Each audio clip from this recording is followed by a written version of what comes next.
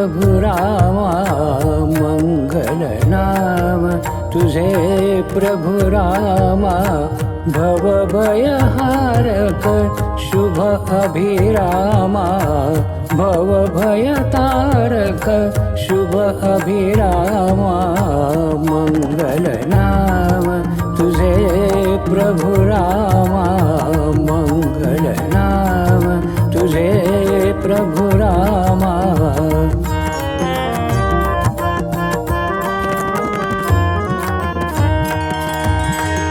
अमृतमय तव चरित्र गाथा रामा रामा अमृतमय तव चरित्र गाथा रामा रामा श्रांत चित्त हो पावत पावन धामा मंगल नाम तुझे प्रभु रामा मंगल नाम तुझे प्रभु रामा।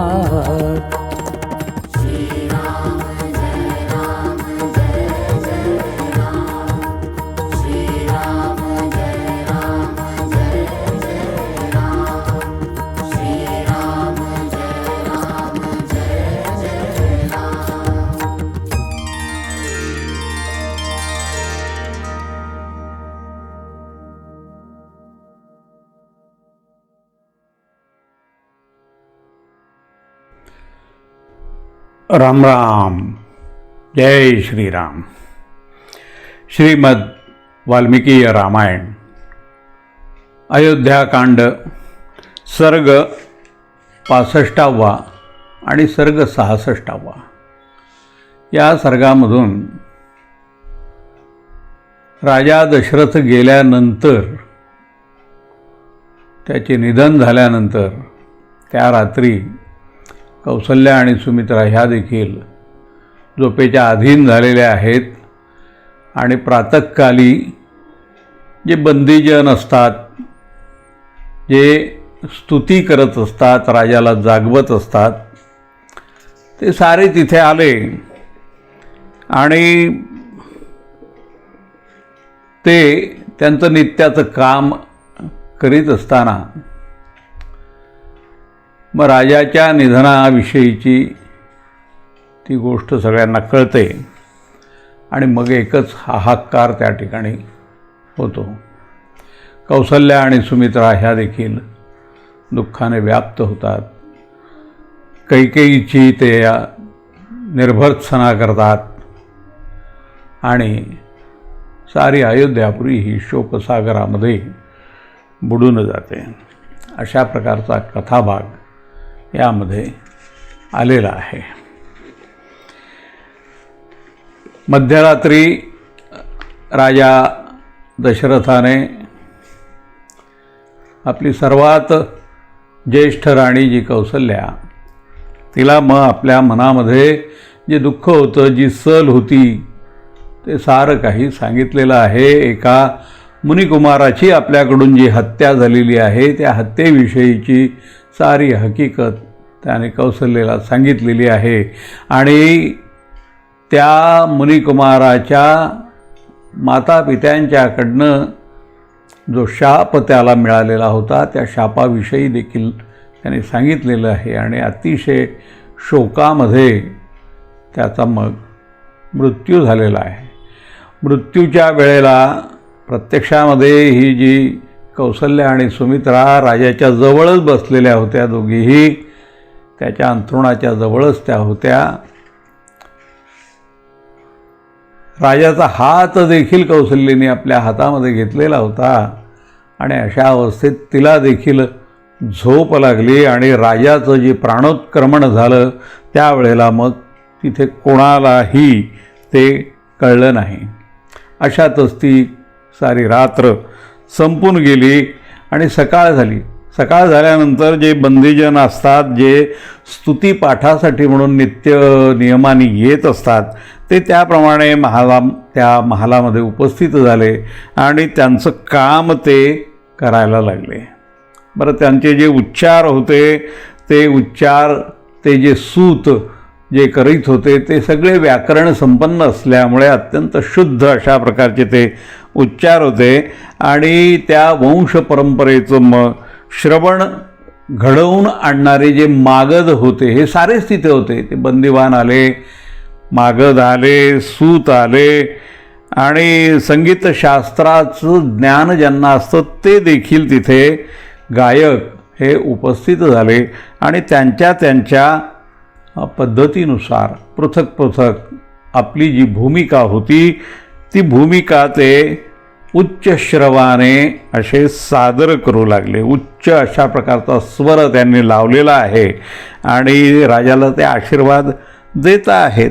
तो जो आवाज होता, तो जो ध्वनी होता त्यांच्या उच्चारांचा, त्यांच्या गाण्याचा, त्यांच्या वाद्यांचा, तो त्या महालामध्ये मग सगळीकडे पसरला. तो दुमदुमत होता त्या ठिकाणी आणि मग त्यामुळे काय झालं तर त्या महालाच्या आवारामध्ये जे विविध प्रकारचे वृक्ष होते आणि त्या वृक्षांच्या वरती जे पक्षी हे आश्रय करून होते, जे पिंजऱ्यामध्ये बंद झालेले होते, ते सारे पक्षी मग जागे झाले आणि जागे झाल्यानंतर पक्ष्यांच्या स्वभावानुसार त्यांची किलबिल सुरू झाली, त्यांचा चिवचिवाट सुरू झाला आणि शुकादी पक्षी जे होते ते ब्राह्मणांच्या मुखामधून बाहेर पडणारे जे पवित्र शब्द असतात, वीणांचे सूर असतात, मधुर अशा प्रकारचे नाद असतात, त्या नादांनी मग ते वातावरण सगळं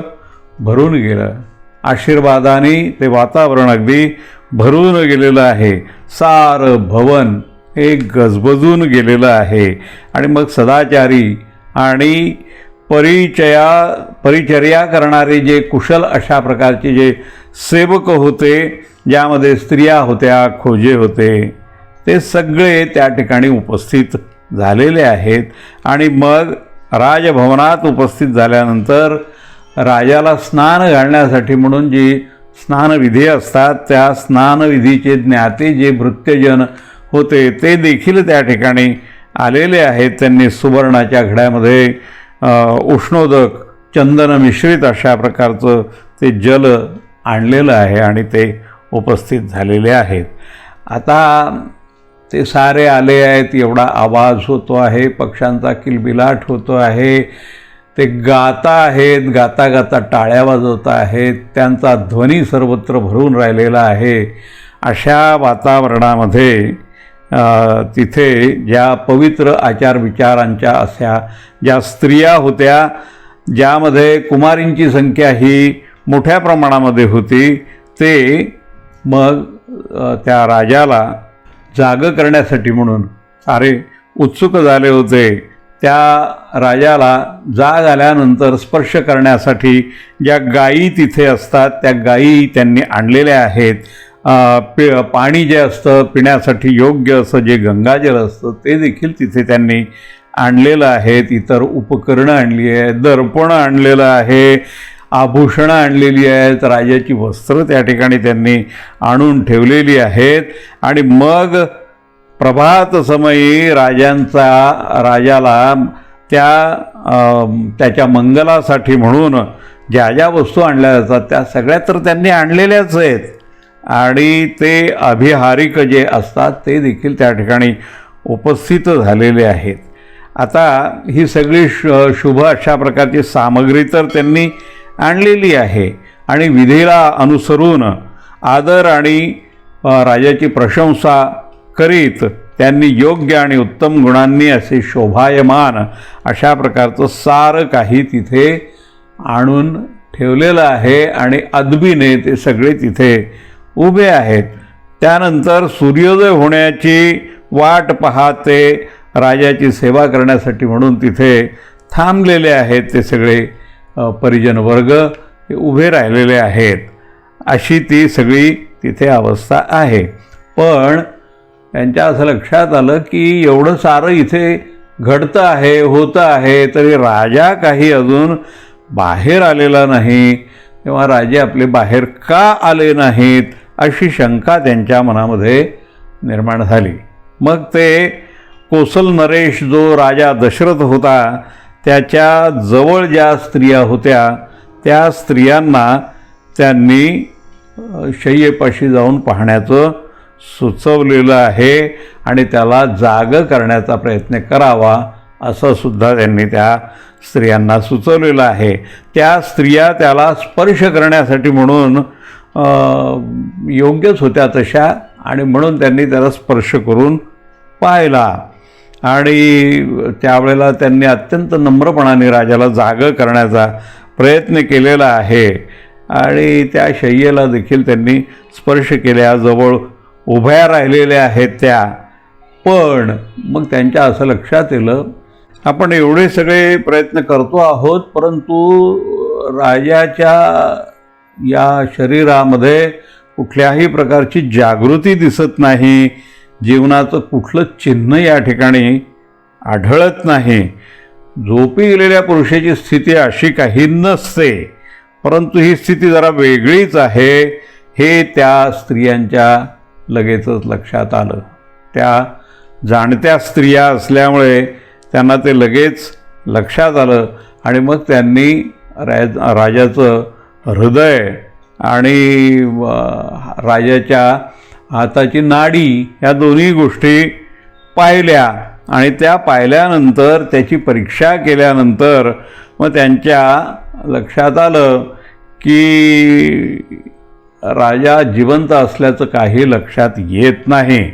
राजा जिवंत असावा असं तर वाटत नाही आणि असा विचार त्यांच्या मनात आल्याबरोबर त्या थरथर थरथर कापू लागल्या. कंप सुटला त्यांच्या शरीराला सगळा आणि त्यांना शंका आली आणि मग त्या एकमेकींच्याकडे अशा शंकित दृष्टीने पाहू लागल्या की राजा मरण तर पावला नाही ना, राजाचा मृत्यू तर झालेला नाही ना, अशा प्रकारची शंका त्यांच्या मनामध्ये निर्माण झाली.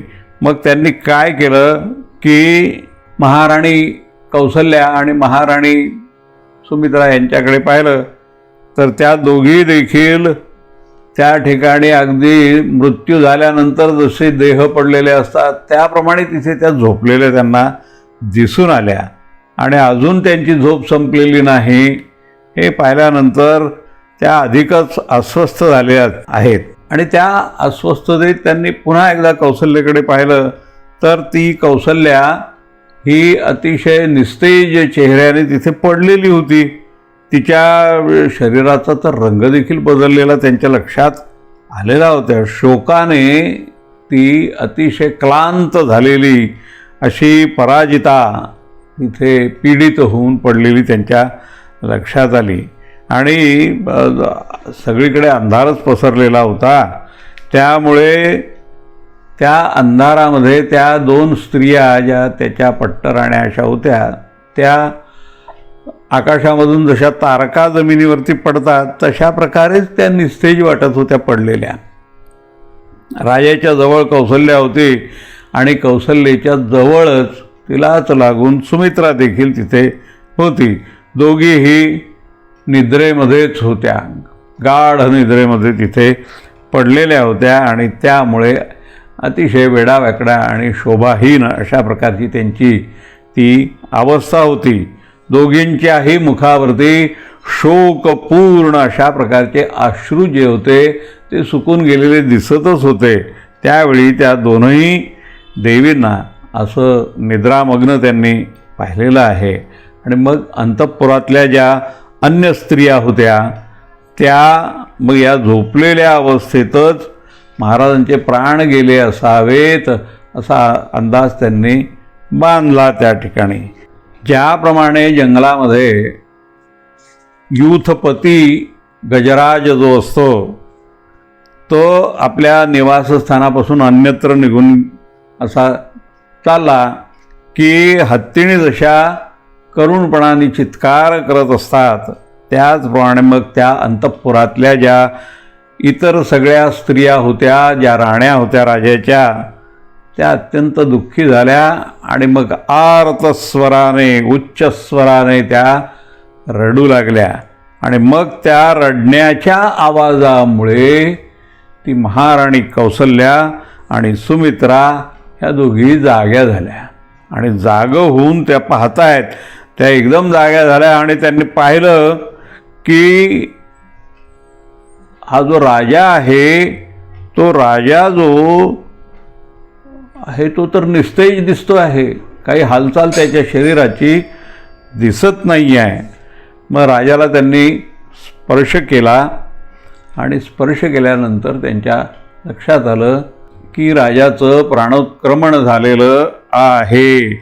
मग त्या दोघीही हा नाथ अशा प्रकारचा करुण असा आवाज काढून रडू लागल्या आणि पृथ्वीवरती त्या पडलेल्या आहेत, कोसळलेल्या आहेत. ती ज्येष्ठ राणी कौसल्या ही तर जमिनीवर गडबडा लोळून घेतलं तिने आणि ती खूपच आर्त स्वरात, करुण स्वरात त्या ठिकाणी रडू लागलेली आहे. तिच्या अंगाला सगळी धूळ लागलेली आहे आणि तिचं सगळं शरीर त्या धुळीने माखून निघालेलं आहे. आकाशातून जसे तारे तुटून पडतात तशा प्रकारे त्या दोनही राण्या या जमिनीवरती कोसळून पडलेल्या आहेत. दशरथ राजाची आता ही जी काही शरीराची उष्णता होती ती तर शांत झालेली आहे, तो अगदी गार पडलेला आहे. अशा प्रकार त्याचं जीवन हे तर संपून गेलेलं आहे, शांत झालेलं आहे.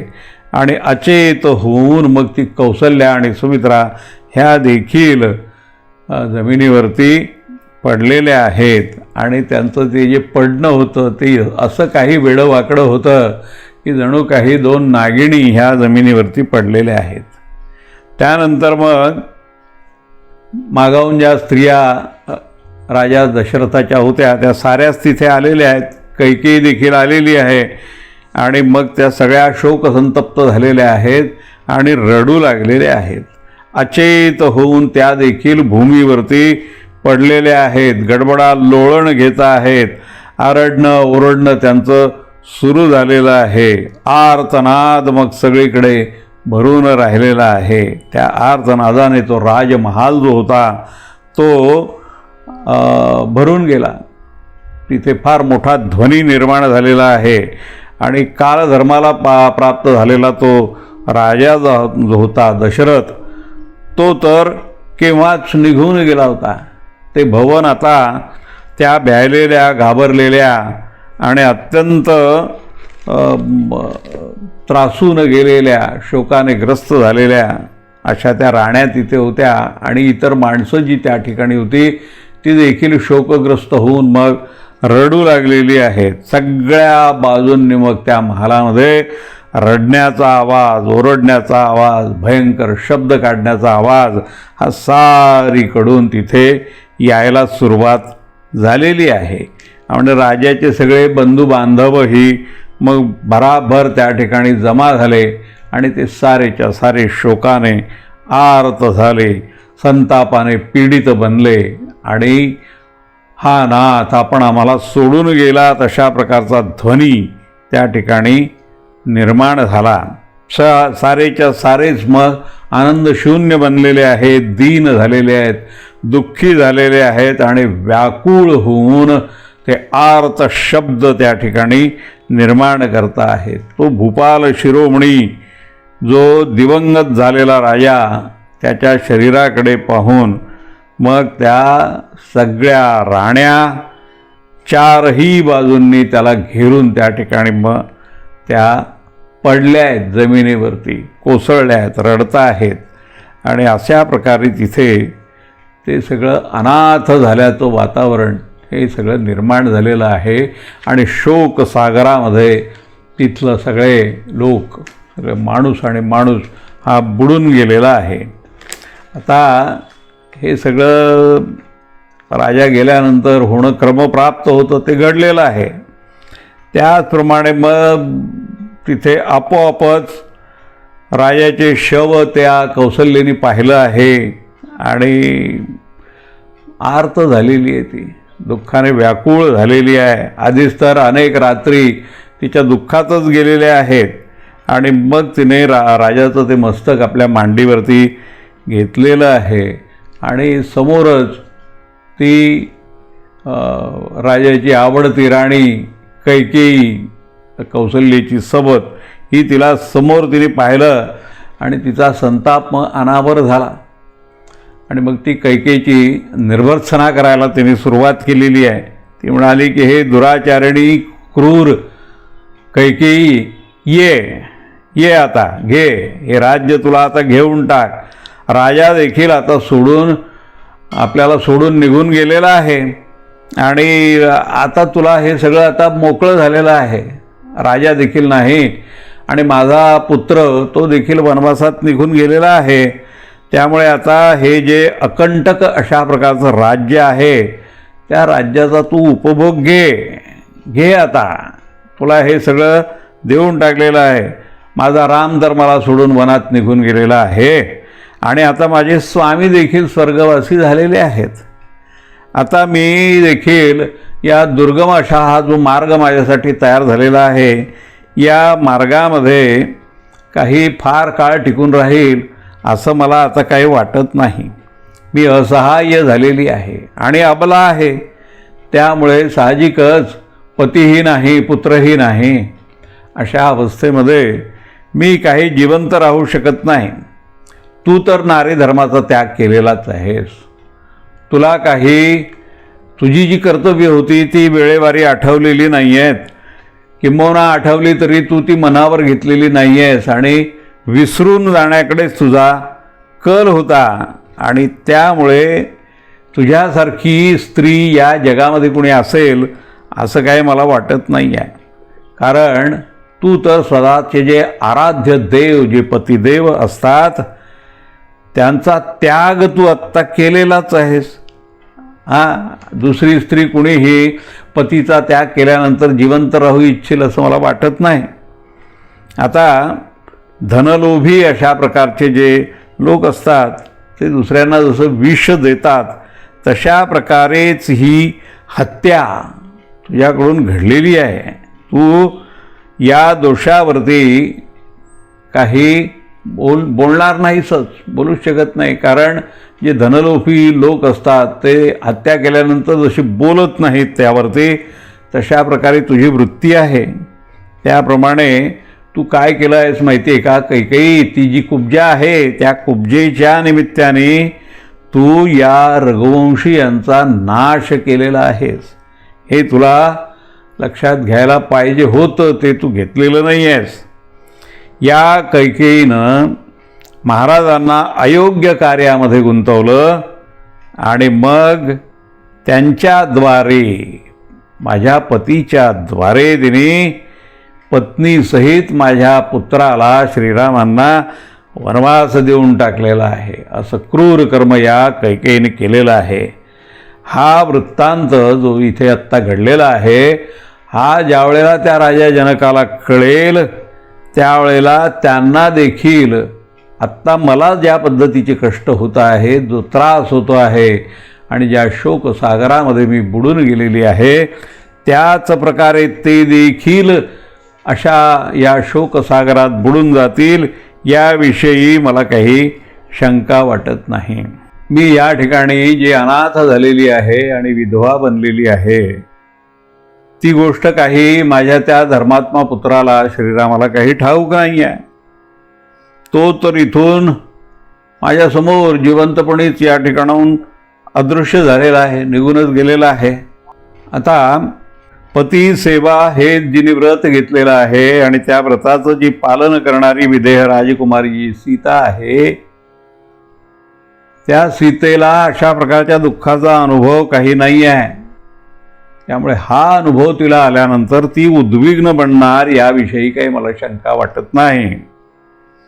आणि मग रात्रीच्या वेळेला ते भयानक शब्द जे आहेत ते कानावर पडणारी पशुपक्ष्यांच्या त्या बोलीमध्येच जिचं आत्ता जी राहते आहे ती भयभीत झालेली सीता श्रीरामांना शरण जाऊन मग त्यांच्या जवळच ती त्यांच्या मांडीवरती जाऊन बसेल आणि हे दुःख ती कसं बसं सहन करील असं मला आत्ता वाटते आहे.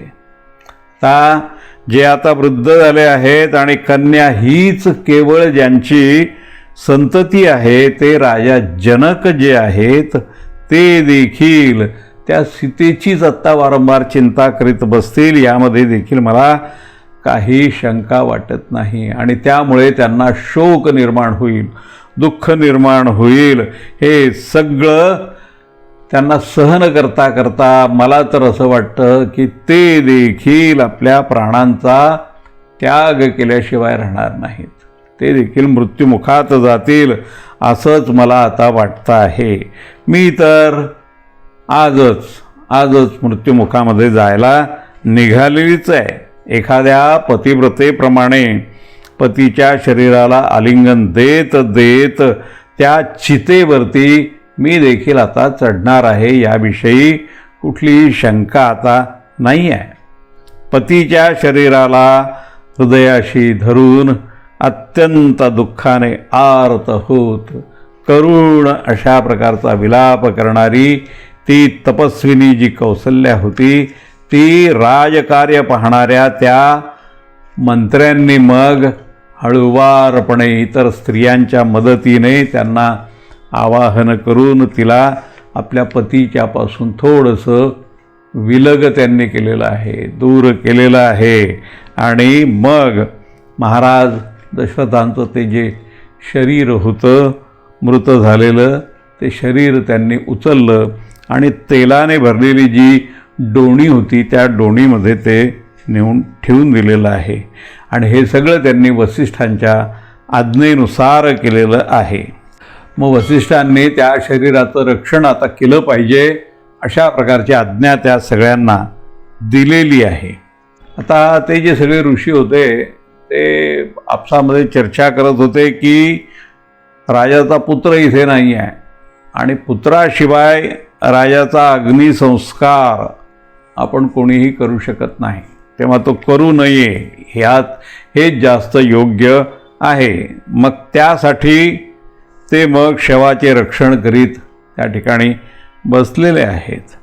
जेव्हा मंत्र्यांनी राजाचं शव हे तेलाच्या डोणीमध्ये अशा प्रकारे निजवलं, तेव्हा मग त्या सगळ्या राण्या ज्या होत्या त्यांनी ते पाहिलं आणि पाहिल्यानंतर त्या कासावीस झालेल्या आहेत. आणि हाय महाराज आता आमचे परलोकवासी झाले आहेत अशा प्रकारचा दीन असा ध्वनी त्या काढू लागल्या आणि त्या विलाप करू लागल्या. आवाज त्यांचे अगदी टिपेला पोचलेले आहेत. दीन भावाने त्या ठिकाणी रडत बसल्या, शोक संतप्त झालेल्या आहेत. आणि मग त्या असं म्हणत होत्या, एकीकडे रडत होत्या, दुसरीकडे विलाप करीत होत्या. आणि विलाप करता करता त्या असं म्हणत होत्या की महाराज, आम्ही सत्यप्रतिज्ञा आणि नेहमीच सगळ्यांशी प्रिय बोलणाऱ्या आपल्या त्या ज्येष्ठ पुत्रापासून आधीच दूर झालेलो होतो. त्या प्रभूपासून आम्ही आधीच दूर झालेलो होतो. आता आपणही आमचा परित्याग केलेला आहे. काय आमची अवस्था झाली आहे बघा. श्रीरामांच्यापासून दूर झालेल्या आम्ही सर्व विधवा या दुष्ट विचाराच्या अशा सवतीजवळ, या कैकेयीजवळ आता कसा आमचा निर्वाह करू, कसं राहू आम्ही, अशा प्रकारचे विचार आमच्या मनामध्ये येते. ते श्रीराम हे ज्याप्रमाणे आमचे आणि आपलेही रक्षक असे प्रभू होते, ते मनस्वी श्रीरामचंद्र हे राजलक्ष्मीला सोडून वनामध्ये निघून गेले. आता ते तर या ठिकाणी कुणाचेही राहिलेले नाहीत. राजलक्ष्मीला सोडून तर ते केव्हाच निघून गेलेले आहेत. त्यामुळे आमच्यावरती हे जे मोठं संकट आता कोसळलेलं आहे, त्या संकटामुळे आम्ही मोठ्या भ्रमित झालेलो आहोत. काय करावं हे काही आम्हाला आता सुचत नाही आहे. आणि ही जी महाराणी कैकेयी आहे ही तर दुष्टच आहे. ती आमचा नेहमी तिरस्कार करील याविषयी आम्हाला काही शंका वाटत नाही आहे. तर आम्ही आता हिच्या आश्रयाने या ठिकाणी कसं बरं राहू. हो, ही जी कैकेयी आहे त्या कैकेयीने राजांचा त्याग केलेला आहे, सीतेसह त्या श्रीरामांचाही त्याग केलेला आहे. आणि एवढंच नाही तर तो महाबली जो लक्ष्मण आहे त्या लक्ष्मणाचा देखील तिने त्याग केलेला आहे. ती मग आमच्यासारख्या दुसऱ्या अशा यक्कश्चित लोकांचा त्याग करणार नाही हे कशावरून. तर ती कुणाचाही त्याग करू शकते असाच तिचा स्वभाव आहे. रघुकुल नरेश दशरथाच्या त्या सुंदर राण्या मग असं महान शोकाने अगदी फार त्रस्त झालेल्या आहेत आणि अश्रू गाळीत त्या ठिकाणी त्या बसलेल्या आहेत. तो शोक आणि तो विलाप त्यांना आता अगदी असह्य झालेला होता. त्या महालातला आणि त्या नगरातला जो आनंद होता तो आता लुप्त होऊन गेलेला होता. राजा दशरथाविना हीन झालेली ती अयोध्यापुरी जी होती ती नक्षत्रहीन रात्र ज्याप्रमाणे असते त्याचप्रमाणे तिथे प्रतीत होत होती. ती पतीशिवाय जी नारी असते त्याप्रमाणे ती नगरी ही जी आहे ती राजाशिवायच होती. त्यामुळे ती श्रीहीन झालेली दिसत होती. नगरातली सगळी माणसं जी होती ती दुःखी झालेली होती आणि दुःखाने अश्रू ढाळीत त्या ठिकाणी बसलेली होती. कुलवती स्त्रिया ज्या होत्या त्या नगरातल्या त्या सगळ्या दुःखाने अगदी व्याप्त झाल्या आणि हाहाकार करीत होत्या. चारही दिशांनी घरांची दारं ही शून्यवत दिसत होती. तिथे कुठल्याही प्रकारचा उत्साह दिसत नव्हता. याप्रमाणे ती पुरी ही पहिल्याप्रमाणे शोभादायक मुळीही वाटत नव्हती. राजा दशरथ अशाप्रमाणे शोकार्त झाला आणि तो स्वर्गाला निघून गेला. शोकामुळेच या भूतलावरती पडून त्या ज्या राण्या होत्या त्या सगळ्या मग शोक तप्त अशा प्रकारे लोळणच घेत होत्या. त्या शोकाचं सहसा मग त्यावेळेला तो दिवस त्यांचा निघून गेला आणि रात्र त्या ठिकाणी आलेली आहे. एवढा सगळा दिवस त्यांचा या शोकात, रडण्यात, बेकण्यात, लोळण घेण्यात, एकमेकींना सावरून धरण्यात आणि एकमेकींचं दुःख पाहण्यामध्ये निघून गेलेला आहे आणि रात्र या ठिकाणी प्राप्त झालेली आहे. त्या ठिकाणी राजाचे जे बंधुबांधव हे जमलेले होते त्यांनी पुत्रच या ठिकाणी नसल्यामुळे मग राजाचा अग्निदाह संस्कार जो असतो तो करायला त्यांनी नकार दिला. कारण पुत्राशिवाय हा विधी कोणी करू शकत नाही असं साऱ्यांचं मत त्या ठिकाणी होतं. त्यानंतर हा राजा तर आता निघून गेला आहे, तर त्याचं दर्शन तर काही कोणाला होणार नाही आहे. म्हणून मग त्यांनी काय केलं की ते शव जे होतं ते त्या तेलाच्या डोणीमध्ये सुरक्षितपणे राखून ठेवलेलं आहे. ती सारी अयोध्या नगरी ही दुःखामध्ये मग त्या काळोखामध्ये व्याप्त अशी अदृश्य झाली. स्त्रियांच्या आणि पुरुषांच्या झुंडीच्या झुंडी त्या काळोखामध्ये देखील रस्त्यावर येऊन शोक करू लागल्या. ती सारी अयोध्यापुरीत राहणारे सारे लोक हे शोकाकुल बनले आणि अशा रीतीने त्यांची ती सारी रात्र ही शोकामध्येच निघून गेलेली आहे.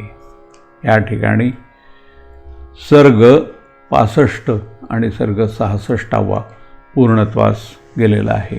श्रीराम.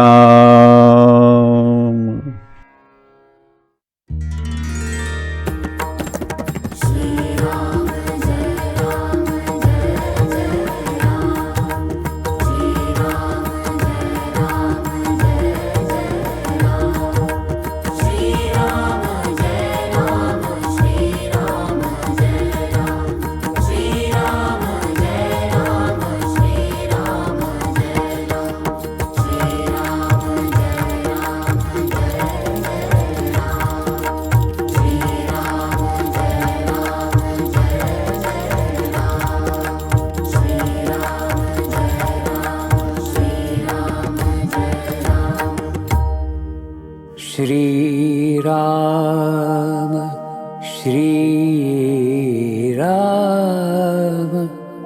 श्रीराम